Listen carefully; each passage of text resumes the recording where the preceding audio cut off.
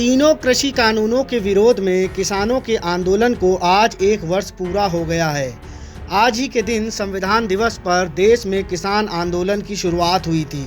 तो वहीं कांग्रेस पार्टी ने आरोप लगाते हुए कहा है कि भाजपा सरकार की किसान विरोधी जिद के चलते 750 से ज़्यादा किसान शहीद हो गए। यदि केंद्र सरकार ने किसानों की मांगें समय रहते मान ली होती तो 750 किसानों की जान नहीं गई होती।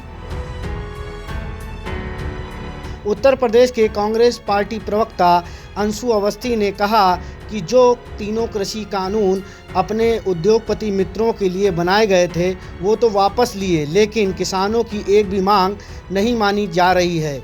वह एमएसपी को कानून में लाने और स्वामीनाथन आयोग की रिपोर्ट लागू करने, इसके साथ ही उन्होंने आगे बढ़ते हुए कहा कि जिस देश में 70% लोग कृषि से जुड़े हैं वहां सरकार सिर्फ चुनिंदा उद्योगपतियों के लिए काम कर रही है।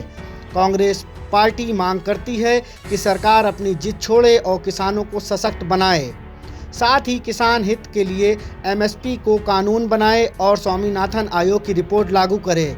शहीद किसान परिवारों को मुआवजा देकर देश के अन्नदाता से माफ़ी मांगे जो देश की थाली में भोजन पहुंचाता है।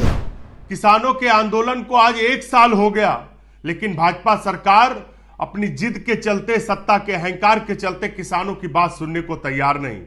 अपने उद्योगपति मित्रों के लिए बनाए 3 काले कानूनों को तो वापस ले लिया, लेकिन किसानों की एक भी मांग नहीं मानी। एमएसपी पर किसान का हक है, एमएसपी कानून का हिस्सा बने जिससे अन्नदाता शक्तिशाली हो, समृद्ध हो, और दूसरा स्वामीनाथन आयोग की जो रिपोर्ट है वो लागू हो। ये किसानों के हित में है। भाजपा सरकार की जिद के चलते 750 से ज्यादा किसान शहीद हो गए। उन शहीद किसानों को मुआवजा मिले। देश का अन्नदाता लगातार आंदोलनरत है, लेकिन भाजपा की अहंकारी सरकार जो सिर्फ और सिर्फ उद्योगपति मित्रों के लिए काम कर रही है, उसका चरित्र निकलकर सामने आ गया है। बीजेपी का चाल, चरित्र, चेहरा सब अलग अलग है।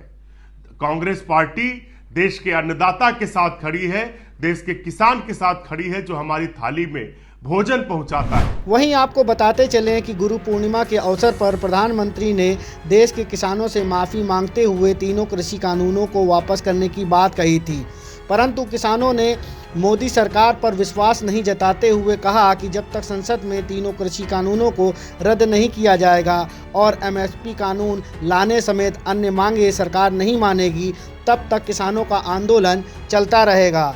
Bureau report, ALP news.